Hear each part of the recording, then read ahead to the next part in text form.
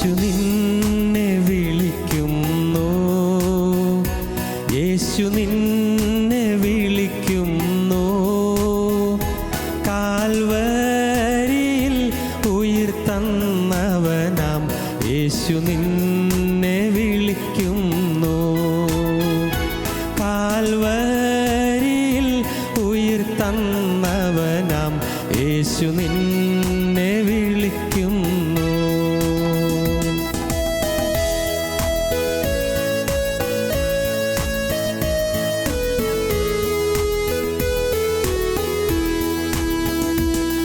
മർത്യജീവിതം ക്ഷണികം, മൃത്യു വന്നിടും ഒരു നാൾ. മർത്യജീവിതം ക്ഷണികം, മൃത്യു വന്നിടും ഒരു നാൾ. മറക്കാതെ നിന്നോട് ആത്മരക്ഷ മുന്നമേ നീ പ്രാപിക്കുവാൻ. മറക്കാതെ നിന്നോട് ആത്മരക്ഷ മുന്നമേ നീ പ്രാപിക്കുവാൻ. യേശു നിന്നെ വിളിക്കുന്നു, യേശു നിന്നെ വിളിക്കുന്നു.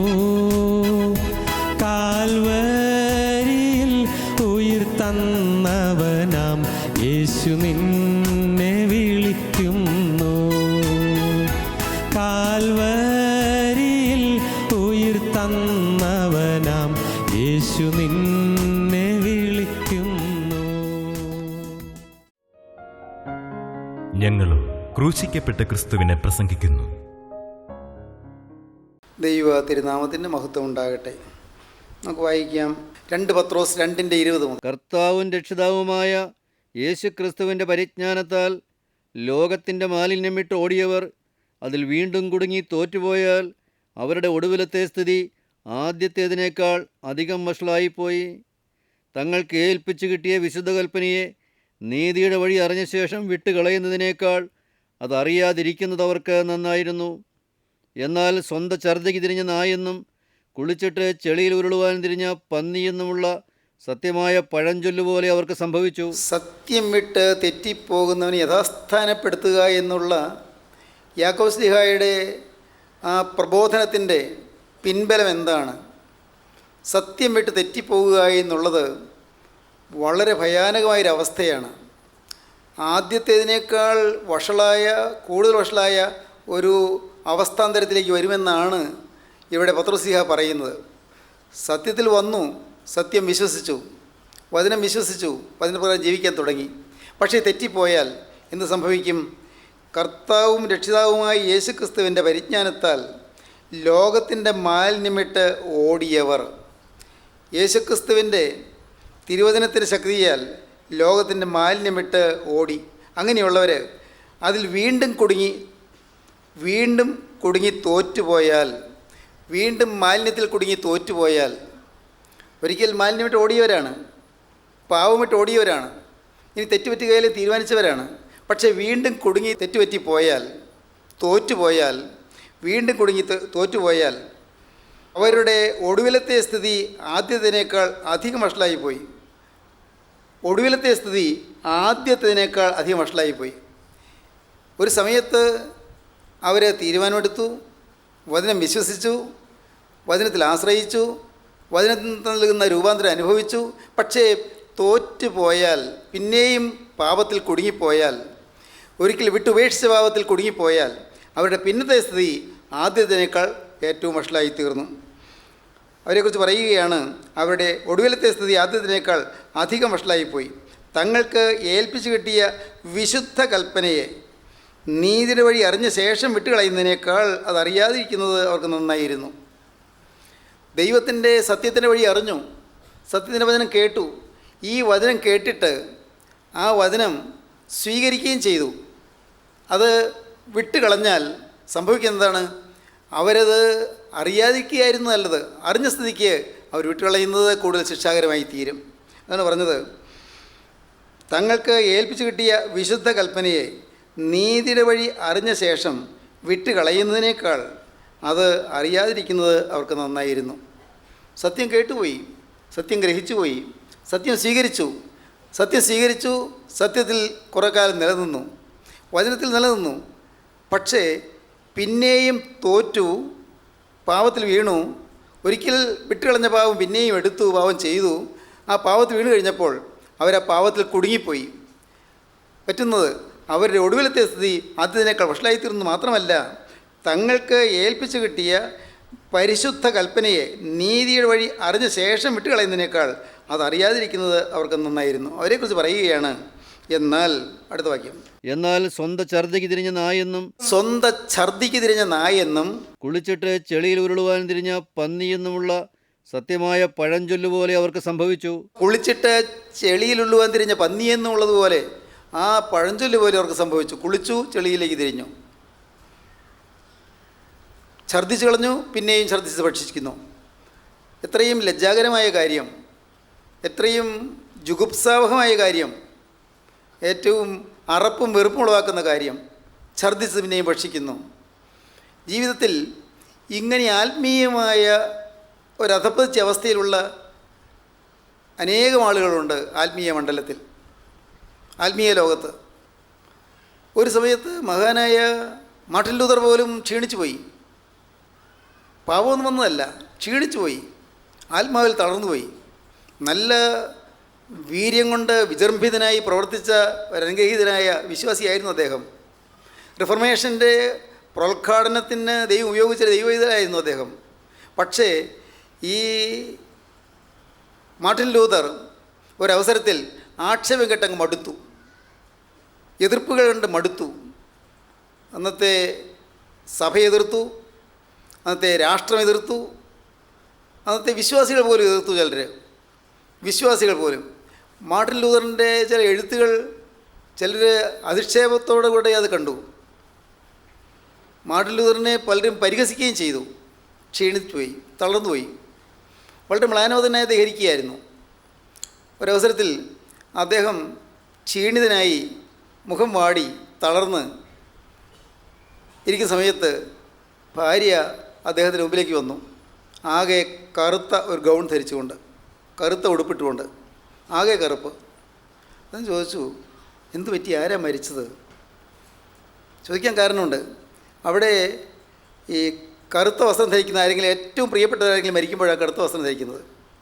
ആസകലം കറുത്ത വസ്ത്രം ധരിച്ചുകൊണ്ട് വന്നു. ആരാ മരിച്ചത്? ഉദ്വേഗത്തോട് ചോദിച്ചു, ആരാ മരിച്ചത്? ഉടനെ അവൾ കരയാൻ തുടങ്ങി, ഭാര്യ കരയാൻ തുടങ്ങി. മരിച്ചുപോയി എന്ന് പറഞ്ഞു. ആരാണ് പറയൂ ആരാണ്? അയ്യോ മരിച്ചുപോയി. ആരാണ് മരിച്ചത്? യേശു തമ്പുരാൻ മരിച്ചുപോയി. എന്താ യേശു മരിച്ചോ? നീ എന്താ ഈ പറയുന്നത്? അല്ല, യേശു ജീവിക്കുന്നുണ്ടായിരുന്നെങ്കിൽ എൻ്റെ ഭർത്താവ് ഇതുപോലെ മ്ലാനോദനാകെ പോവില്ലായിരുന്നല്ലോ. യേശു ജീവിക്കുന്നുണ്ടായിരുന്നെങ്കിൽ എൻ്റെ ഭർത്താവ് ഇതുപോലെ തളർന്നു പോവില്ലായിരുന്നല്ലോ. യേശു മരിച്ചു ഞാൻ വിചാരിച്ചു. ഭർത്താവിൻ്റെ തളർച്ച കണ്ടപ്പോൾ എനിക്ക് തോന്നി യേശു മരിച്ചു പോയായിരിക്കുമെന്ന്. അദ്ദേഹം പറഞ്ഞില്ല, എൻ്റെ യേശു മരിച്ചിട്ടില്ല, എൻ്റെ യേശു മരിക്കുകയുമില്ല, അവൻ ഉയർത്തെഴുന്നേറ്റ് ജീവിക്കുന്നു. ചാടി എഴുന്നേറ്റു സടകുടഞ്ഞെഴുന്നേൽക്കുന്ന ഒരു സിംഹത്തെ പോലെ ചാടി എഴുന്നേറ്റുകൊണ്ട് അദ്ദേഹം പിന്നൊരു വിശ്വാസത്തിൻ്റെ ഒരു ഓട്ടമായിരുന്നു, ആത്മീയ ജീവിതത്തിലൊരു മുന്നേറ്റമായിരുന്നു.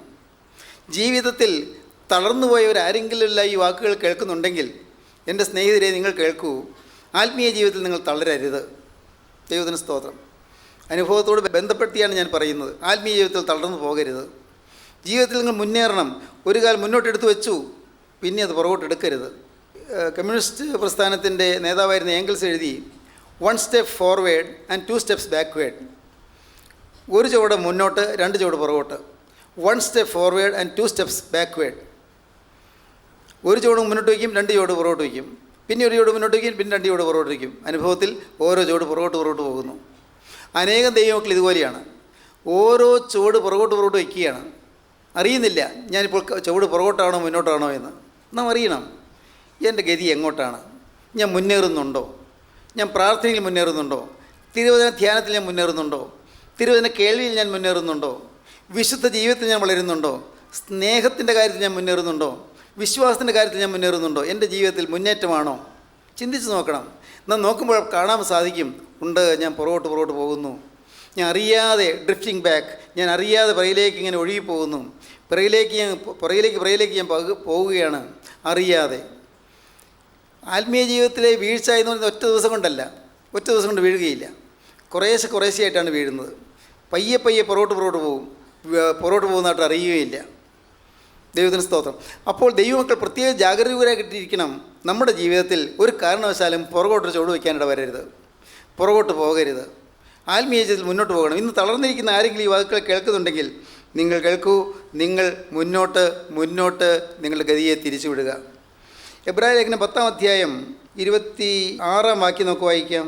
സത്യത്തിൻ്റെ പരിജ്ഞാനം ലഭിച്ച ശേഷം നാം മനഃപൂർവ്വം പാപം ചെയ്താൽ പാപങ്ങൾക്ക് വേണ്ടി ഇനി ഒരു യാഗവും ശേഷിക്കാതെ ന്യായവിധിക്കായി ഭയങ്കരമായ ഒരു പ്രതീക്ഷയും എതിരികളെ ദഹിപ്പിക്കാനുള്ള ക്രോധാഗ്നിയുമേയുള്ളൂ. സത്യത്തിൻ്റെ പരിജ്ഞാനം ലഭിച്ച ശേഷം നാം മനഃപൂർവ്വം പാപം ചെയ്താൽ പാപങ്ങൾക്ക് വേണ്ടി ഇനി ഒരു യാഗവും ശേഷിക്കാതെ ന്യായവിധിക്കായി ഭയങ്കരമായൊരു പ്രതീക്ഷയും എതിരികളെ ദഹിപ്പിക്കാനുള്ള ക്രോധാഗ്നിയുമേ ഉള്ളൂ.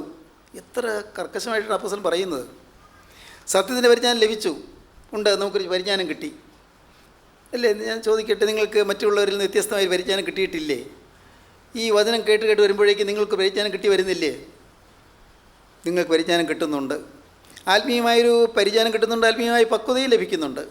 വ്യത്യാസമുണ്ട്, കാഴ്ചപ്പാടിൽ മാറ്റം വരുന്നുണ്ട്, നിങ്ങളുടെ ചിന്താഗതികൾ മാറ്റം വരുന്നുണ്ട്, മനോഭാവത്തിൽ മാറ്റം വരുന്നുണ്ട്, ഉണ്ട്, നിങ്ങളുടെ ജീവിതത്തിൽ തന്നെ ചില മാറ്റങ്ങൾ വരുന്നുണ്ട്. പോസിറ്റീവ് ചേഞ്ച്, നല്ല ചേഞ്ച് വരുന്നുണ്ട്. നല്ലതാണ്, തീർച്ചയായിട്ടും നല്ലതാണ്. അങ്ങനെ സത്യത്തിൻ്റെ പരിജ്ഞാനം ലഭിച്ചു. അതിനുശേഷം നാം മനഃപൂർവ്വം പാപം ചെയ്ത്, പാപമാണെന്നൊക്കെ അറിയാവുന്നൊരു കാര്യം പിന്നെ ചെയ്തു പോയാൽ, മനഃപൂർവ്വം പാപം ചെയ്താൽ പാപങ്ങൾക്ക് വേണ്ടി ഇനിയൊരു യാഗവും ശേഷിക്കാതെ ന്യായവിധിക്കായി ഭയങ്കരമായൊരു പ്രതീക്ഷയും എതിരികളെ ദഹിപ്പിക്കാനുള്ള ക്രോധാഗ്നിയുമേ ഉള്ളൂ. ന്യായവിധി വരാൻ പോകുന്നു, ന്യായവിധി വരും. ദൈവത്തിൻ്റെ സത്യവഴി അറിഞ്ഞതിന് ശേഷം പിന്തിരിഞ്ഞു പോയാൽ നിങ്ങളുടെ മേൽ ന്യായവിധി വരും. ന്യായവിധിക്കായി ഭയങ്കരമായ ഒരു പ്രതീക്ഷയും, ന്യായവിധി പ്രതീക്ഷിച്ചാൽ മതി. എതിരികളെ ദഹിപ്പിക്കാനുള്ള ക്രോധാഗ്നിയുമേ ഉള്ളൂ. ന്യായവിധിക്ക് ശേഷം നിത്യനരകത്തിൻ്റെ ക്രോധാഗ്നിയിലേക്ക് നിങ്ങൾ തള്ളപ്പെടുകയും ചെയ്യും. വചനം കേട്ടു, വചനം വിശ്വസിച്ചു, ജീവിതത്തിൽ മാറ്റം വന്നു. പക്ഷെ പിന്തിരിഞ്ഞു പോയി. ന്യായവിധിക്കായി ഭയങ്കരമായൊരു പ്രതീക്ഷയും എതിരാളികളെ ദഹിപ്പിക്കാനുള്ള ക്രോധാഗ്നിയുമേ ഉള്ളൂ. എന്നോട് വായിച്ച് ആദ്യം 26-ാം വാക്യം മുതൽ. സത്യത്തിൻ്റെ പരിജ്ഞാനം ലഭിച്ച ശേഷം നാം മനഃപൂർവ്വം പാപം ചെയ്താൽ പാപങ്ങൾക്ക് വേണ്ടി ഇനി ഒരു യാഗവും ശേഷിക്കാതെ ന്യായവിധിക്കായി ഭയങ്കരമായ ഒരു പ്രതീക്ഷയും എതിരികളെ ദഹിപ്പിക്കാനുള്ള ക്രോധാഗ്നിയുമേയുള്ളൂ. എതിരികളെ ദഹിപ്പിക്കാനുള്ള ക്രോധാഗ്നിയുമേയുള്ളൂ. അടുത്ത വാക്യം. മോശയുടെ ന്യായപ്രമാണം അനുസരിക്കാത്തവന് കരുണ കൂടാതെ 2-3 സാക്ഷികളുടെ വാമൊഴി കേട്ട് മരണശിക്ഷ കൽപ്പിക്കുന്നുവല്ലോ. ദൈവപുത്രനെ ചവിട്ടിക്കളയുകയും തന്നെ വിശുദ്ധീകരിച്ച നിയമരക്തത്തെ മലിനമെന്ന് നിരൂപിക്കുകയും കൃപയുടെ ആത്മാവിനെ നിന്ദിക്കുകയും ചെയ്തവൻ എത്ര കഠിനമേറിയ ശിക്ഷയ്ക്ക് പാത്രമാകുമെന്ന് വിചാരിപ്പീൻ. ദൈവത്തിന് സ്തോത്രം. ആ ഖണ്ഡിക മുഴുവനും നാം പേടിയോടെ വായിക്കൂ. ഞാൻ ഓർക്കുന്നുണ്ട്, ഞാൻ ആദ്യകാലങ്ങളിൽ ഈ വാക്യം കാണാൻ പിടിച്ചു. പക്ഷേ എന്നെ പേടിപ്പിച്ചുകൊണ്ടിരുന്നു.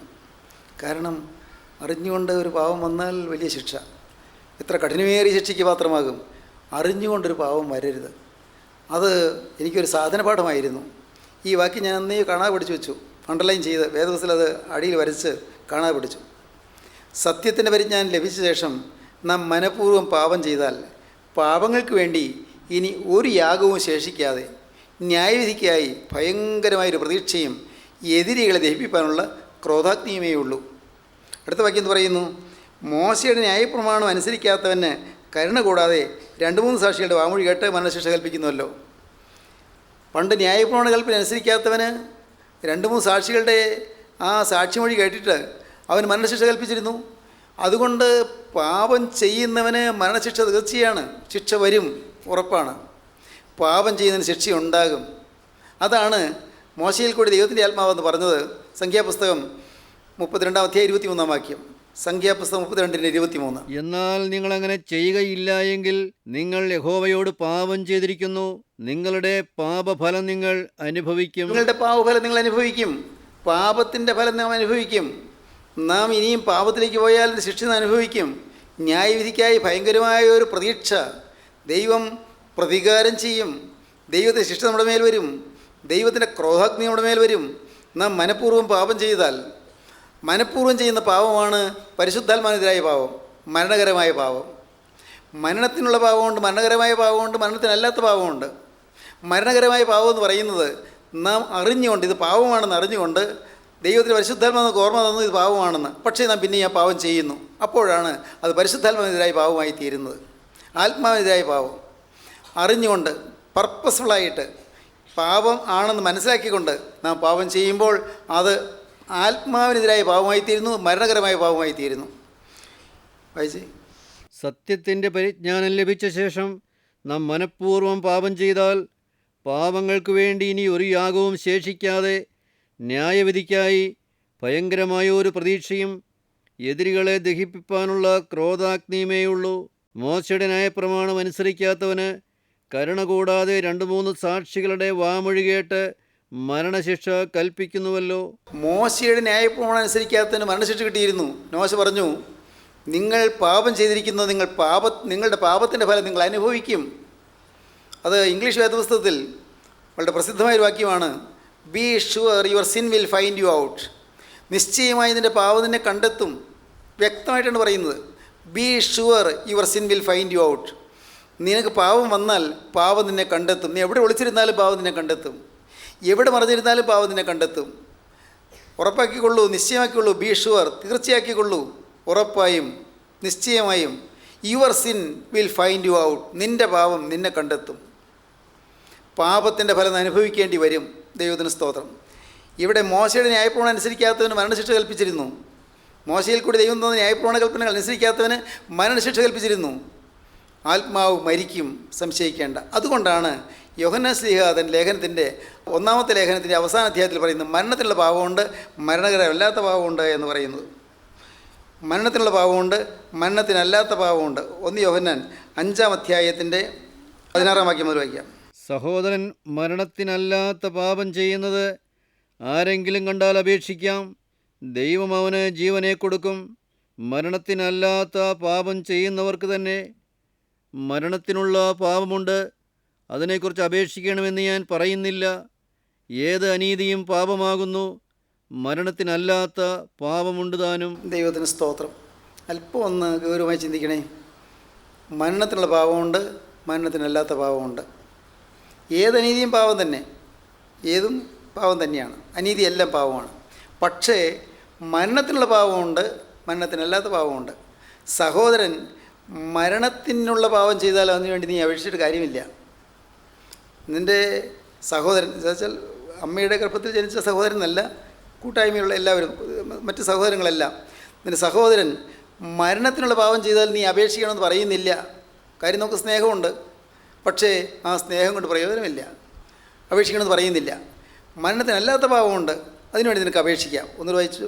സഹോദരൻ മരണത്തിനല്ലാത്ത പാപം ചെയ്യുന്നത് ആരെങ്കിലും കണ്ടാൽ അപേക്ഷിക്കാം, മരണത്തിനല്ലാത്ത പാപം ചെയ്യുന്നത് ആരെങ്കിലും കണ്ടാൽ അപേക്ഷിക്കാം. ദൈവം അവന് ജീവനെ കൊടുക്കും. ദൈവം അവന് ജീവനെ കൊടുക്കും.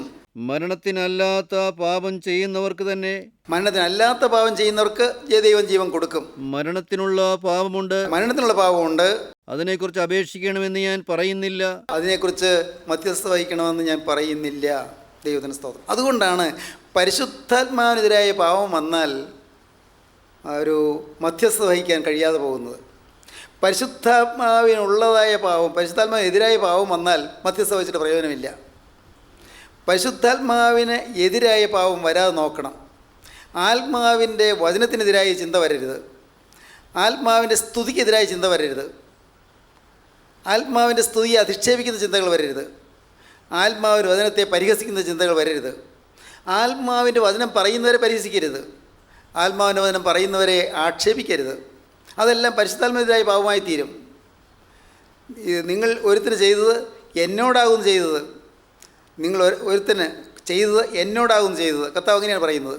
അതുകൊണ്ട് നിങ്ങൾ ദൈവത്തിൻ്റെ ആത്മാവുള്ളവരെ ഒരു കാരണവശാലും നിങ്ങൾ പരിഹസിക്കരുത്, നിങ്ങൾ കുറ്റപ്പെടുത്തരുത്, നിങ്ങൾ ഒരു കാരണവശാലും ആക്ഷേപിക്കരുത്.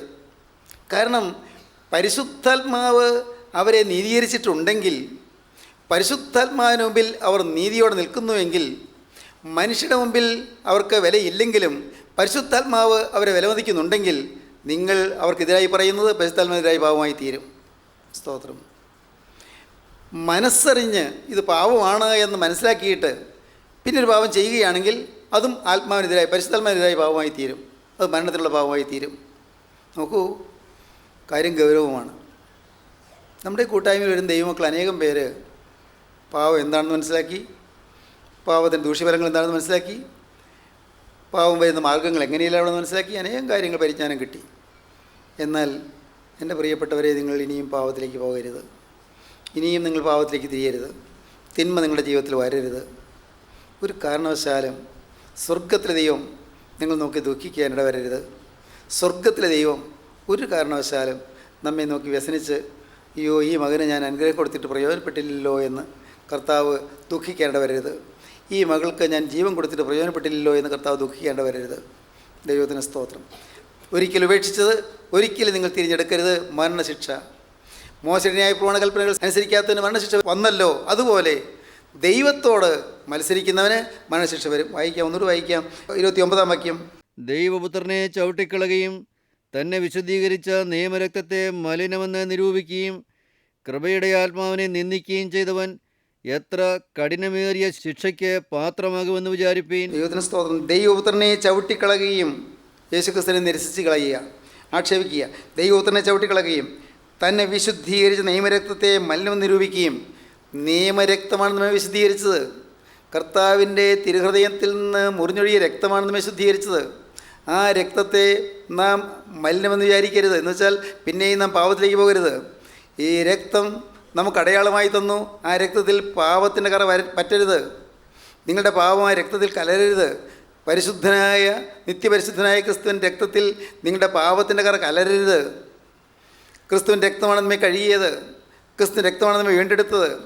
ആത്മാവ് നിങ്ങളുടെ മേൽ പറന്നിറങ്ങി നിങ്ങളുടെ ബന്ധനങ്ങൾ അഴിച്ച് നിങ്ങളെ സ്വർഗത്തിലാക്കിയതാണ്. അനേകം പേർ അനുഭവത്തിലുള്ളവരോട് ഇരിപ്പുണ്ട്. ആത്മാവ് നിങ്ങളുടെ ബന്ധനങ്ങൾ അഴിച്ചു. പരിശുദ്ധാത്മാവ് നിങ്ങളുടെ കെട്ടുകൾ അഴിച്ചു. പരിശുദ്ധാത്മാവ് നിങ്ങളുടെ ശാപങ്ങൾ മാറ്റി. പരിശുദ്ധാത്മാവ് കുടുംബത്തിൽ നിന്നെല്ലാ ദോഷങ്ങളും മാറ്റി. കുടുംബത്തിൽ ഐശ്വര്യം തന്നു. നമ്മുടെ ജീവിതത്തിൽ സമാധാനം തന്നു. നമ്മുടെ ജീവിതത്തിന് കെട്ടുറപ്പ് തന്നു. ഇതെല്ലാം ആയതിനു ശേഷം പിന്നെയും നാം പാപം ചെയ്താൽ ദൈവത്തിൻ്റെ കോപം നമ്മുടെ മേൽ വരും. ദൈവത്തിന് സ്തോത്രം. പ്രത്യേകം ശ്രദ്ധിക്കുക, ഇനിയും നാം തെറ്റിലേക്ക് പോകരുത്. ഈ വാക്കുകളെ കേൾക്കുന്ന എൻ്റെ ബഹുമാന്യ സഹോദരി സഹോദരന്മാരെ, നിങ്ങൾ തെറ്റിലേക്ക് പോകരുത്. പാപത്തിലേക്ക് നിങ്ങൾ തിരിയരുത്. ശിക്ഷ വരുമെന്ന് നിങ്ങൾ മനസ്സിലാക്കുക. എന്താണ് പറഞ്ഞത്? വളരെ ഗൗരവമേറിയാണ്. ദൈവത്തിനെ ചവിട്ടിക്കളയുകയും തന്നെ വിശുദ്ധീകരിച്ച നിയമരക്തത്തെ മലിനം നിരൂപിക്കുകയും കൃപയുടെ ആത്മാവിനെ നിന്ദിക്കുകയും ചെയ്താൽ. നിയമരക്തത്തെ മലിനം നിരൂപിച്ചു, കൃപയുടെ ആത്മാവിനെ നിന്ദിച്ചു. നമ്മെ വിശുദ്ധീകരിച്ച നമ്മെ വീണ്ടെടുത്തിയ ആത്മാവിനെ നിന്ദിക്കുന്നു. ആത്മാവിനെ നിന്ദിക്കരുത്. ദൈവത്തിന് സ്തോത്രം. നിങ്ങളുടെ മേൽ ദൈവത്തിൻ്റെ കൃപ പകരുവാൻ ദൈവം ഉപയോഗിച്ച, ദൈവത്തിന് മുഖാന്തരമാക്കിയെടുത്ത ദൈവത്തിൻ്റെ വ്രതന്മാരെ നിങ്ങൾ നിന്ദിക്കരുത്. അവരെ ആക്ഷേപിക്കരുത്. അവരെ പരിഹസിക്കരുത്. അവരെ ചോദ്യം ചെയ്യരുത്. നിങ്ങൾക്ക് മനസ്സിലാകുമെന്ന് എനിക്ക് അറിഞ്ഞുകൂടാ. ദൈവത്തിന് സ്തോത്രം.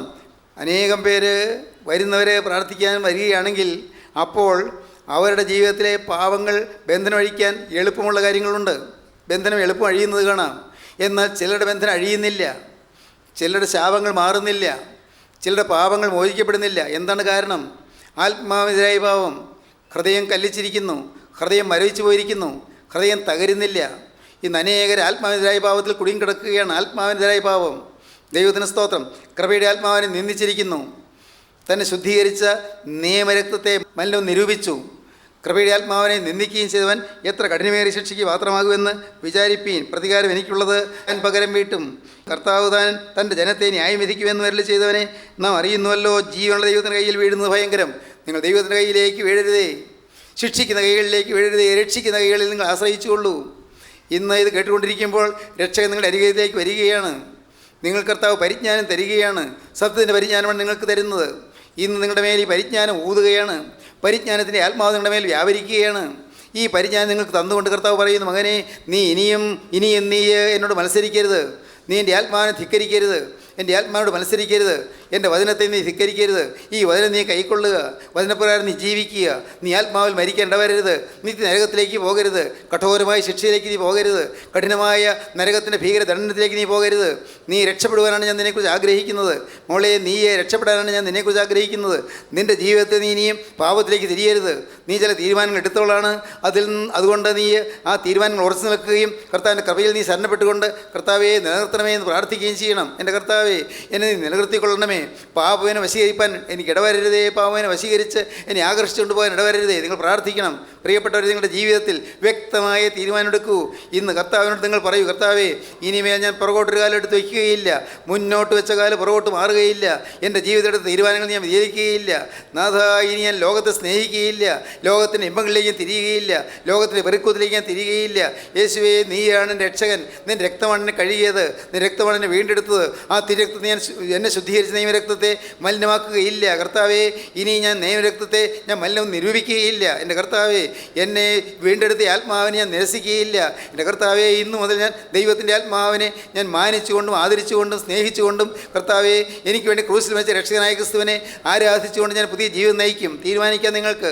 യേശുവിനെ ആരാധിക്കുന്നതായി തീരാം, യേശുവിനെ സ്നേഹിക്കുന്നതായി തീരാം, യേശുവിനെ സ്തുതിക്കുന്നതായി തീരാം. സ്തുതിയുടെ കൃപയുടെ ചിറയിന്മേൽ പറന്നു വരുന്ന രക്ഷകനായ മിശിഹാ തമ്പുരാൻ്റെ പരിശുദ്ധാത്മാവിനെ കൈക്കൊള്ളുവാൻ നിങ്ങളിപ്പോൾ ഒരുങ്ങുക. നിങ്ങൾ തന്നെ സമർപ്പിക്കുക. കർത്താവേ, എൻ്റെ മേൽ ഈ പ്രാവ് പറന്നിരിക്കണമേ. പരിശുദ്ധാത്മാവാകുന്ന പ്രാവ് എൻ്റെ മേൽ പറന്നു വരണമേ, എൻ്റെ മേൽ പറന്നിരിക്കണമേ. എൻ്റെ ബന്ധനങ്ങൾ അഴിക്കണമേ, എൻ്റെ ശാപങ്ങൾ മാറ്റണമേ, എൻ്റെ രോഗങ്ങൾ മാറ്റണമേ, എൻ്റെ ജീവിതത്തിൽ വന്നുപോയി കെടുതികൾ മാറ്റി തരണമേ, എൻ്റെ ഹൃദയത്തിൻ്റെ വിഷാദം മാറ്റി തരണമേ, എൻ്റെ മ്ലാനത മാറ്റി തരണമേ, എൻ്റെ വാട്ടം മാറ്റി തരണമേ, എന്നോട് കരുണ ചെയ്യണമേ. പ്രാർത്ഥിക്കൂ പ്രിയപ്പെട്ടവരെ, നിങ്ങൾ തന്നെ സമർപ്പിക്കൂ. കർത്താവിൻ്റെ കരങ്ങളിലേക്ക് കൊടുക്കൂ. പാവത്തോടെ എന്നേക്കുമായി യാത്ര പറയൂ. പുതിയ ജീവിതത്തിൻ്റെ ആരംഭം കുറിക്കൂ. ഇന്ന് പുതിയ ജീവിതത്തിൻ്റെ നാന്ദി കുറിക്കൂ. ഹല്ലേലൂയ. പുതിയ ജീവിതം തുടങ്ങൂ. ദൈവത്തിന് സ്തോത്രം. ഇപ്പോൾ നിങ്ങൾ കർത്താവിൻ്റെ കരങ്ങളിൽ നിങ്ങൾ കൊടുത്തുകൊണ്ട് നിങ്ങൾ പറയൂ, യേശുവേ, ഇന്ന് മുതൽ ഞാൻ നിൻ്റെ വക. എൻ്റെ യേശുവേ, ഇന്ന് മുതൽ ഞാൻ നിൻ്റെ അടിമ. ഹല്ലേലൂയ. എൻ്റെ യേശുവേ, ഇന്ന് മുതൽ ഞാൻ ദാസൻ, എൻ്റെ ദാസി. എൻ്റെ കർത്താവ്, ഇന്ന് മുതൽ ഞാൻ നിൻ്റെ രക്തത്താൽ വീണ്ടെടുക്കപ്പെട്ട നിൻ്റെ മകൻ, നിൻ്റെ മകൾ. യേശുവേ, ഇന്ന് മുതൽ ഞാൻ നിൻ്റെ സ്വന്തം. ഹല്ലേലൂയ. യേശുവിൻ്റെ കരങ്ങളിൽ നിങ്ങൾ കൊടുക്കുക. യേശുവിനോട് നിങ്ങൾ വാക്ക് പറയുക, എൻ്റെ യേശുവേ, ഇത്രയും കാലം ഞാൻ നിന്നെ വേദനിപ്പിച്ചു പോയി, ഇത്രയും കാലം ഞാൻ പിന്മാറിപ്പോയി, ഇത്രയും കാലം ഞാൻ നിന്നെ വിട്ടു മാറിപ്പോയി. നാഥ, എന്നോട് പാവങ്ങൾ ഓർക്കരുതേ, എൻ്റെ മേൽ പാവങ്ങൾ കണക്കിടരുതേ. എൻ്റെ യേശുവേ, ഇന്ന് ഞാനിതാ മടങ്ങി വരുന്നു. യേശുവേ, ഞാനിതാ മടങ്ങി വരുന്നു. കർത്താവേ, നിൻ്റെ സ്നേഹത്തിലേക്ക് മടങ്ങി വരുന്നു. അപ്പാ, ഞാൻ നിന്നോട് സ്വർഗത്തോടും പാവം ചെയ്തു പോയി. നിൻ്റെ മകനെന്ന പേര് ഞാൻ യോഗ്യനല്ല. ഇനി നിൻ്റെ കൂലിക്കാലത്തിനെ പോലെ നീ ആക്കണമേ എന്ന് പറഞ്ഞുകൊണ്ട് ആ ധൂർത്തപുത്രൻ മടങ്ങി വന്നതുപോലെ നാഥ, ഞാനും മടങ്ങി വരുന്നു. ഞാനിതാ മടങ്ങി വരികയാണ്. ഭവനം വിട്ടുപോയി ഞാൻ മടങ്ങി വരികയാണ്. അപ്പനെ വിട്ടുപോയി ഞാൻ മടങ്ങി വരികയാണ്. അപ്പൻ്റെ വയൽ വിട്ടുപോയി ഞാൻ മടങ്ങി വരികയാണ്. അപ്പൻ്റെ ശുശ്രൂഷ വിട്ടുപോയി ഞാൻ മടങ്ങി വരികയാണ്. അപ്പോൾ ഞാനിതാ മടങ്ങി വരുന്നു. വരുവീൻ, മടങ്ങി വരുവീൻ. Hallelujah, hallelujah, hallelujah. ഈ തീരുമാനം നിങ്ങൾ ആരെല്ലാം എടുക്കുന്നുണ്ട്? മടങ്ങി വരുവാൻ തീരുമാനം ആരെല്ലാം എടുക്കുന്നുണ്ട്? പാപത്തെ ഉപേക്ഷിച്ചുകൊണ്ട് പുതിയ ജീവൻ തുടങ്ങുവാൻ ആരെല്ലാം തീരുമാനം എടുക്കുന്നുണ്ട്? അവരുടെ കരങ്ങളെ നിങ്ങൾക്ക് ഉയർത്താം. ഈ കരങ്ങൾ ഉയർത്തിപ്പിടിച്ചുകൊണ്ട് നമുക്ക് ദൈവത്തെ സ്തുതിക്കാം. ഹല്ലേലൂയ. കാരുണ്യവാനായ ഞങ്ങളുടെ സ്വർഗീയ പിതാവേ, മനോഹരമായൊരു ദിവസം കൂടി ഞങ്ങൾക്ക് തന്നതിനായി ഞങ്ങൾ നിന്നെ സ്തുതിക്കുന്നു. കർത്താവേ, ഈ ഭൂമിയിലെ ഞങ്ങളുടെ ആയുഷ്കാലത്ത് നിങ്ങൾ ലഭിക്കുന്ന ഏറ്റവും വലിയ മഹാഭാഗ്യങ്ങൾക്ക് തന്നുകൊണ്ടിരിക്കുന്നതിനായി ഞങ്ങൾ സ്തുതിക്കുന്നു. ഈ വചനം കേട്ട് എല്ലാവരെയും അനുഗ്രഹിക്കണമേ കർത്താവേ. മടങ്ങരുവിൻ്റെ കാലം ഞങ്ങൾക്ക് വെളിപ്പെടുത്തി തന്നതിനായി സ്തോത്രം. എല്ലാവരെയും വാഴ്ത്തി വിശുദ്ധീകരിക്കണമേ. യേശുവിൻ നാമത്തിൽ തന്നെ. ആമീൻ. ഹല്ലേലൂയ.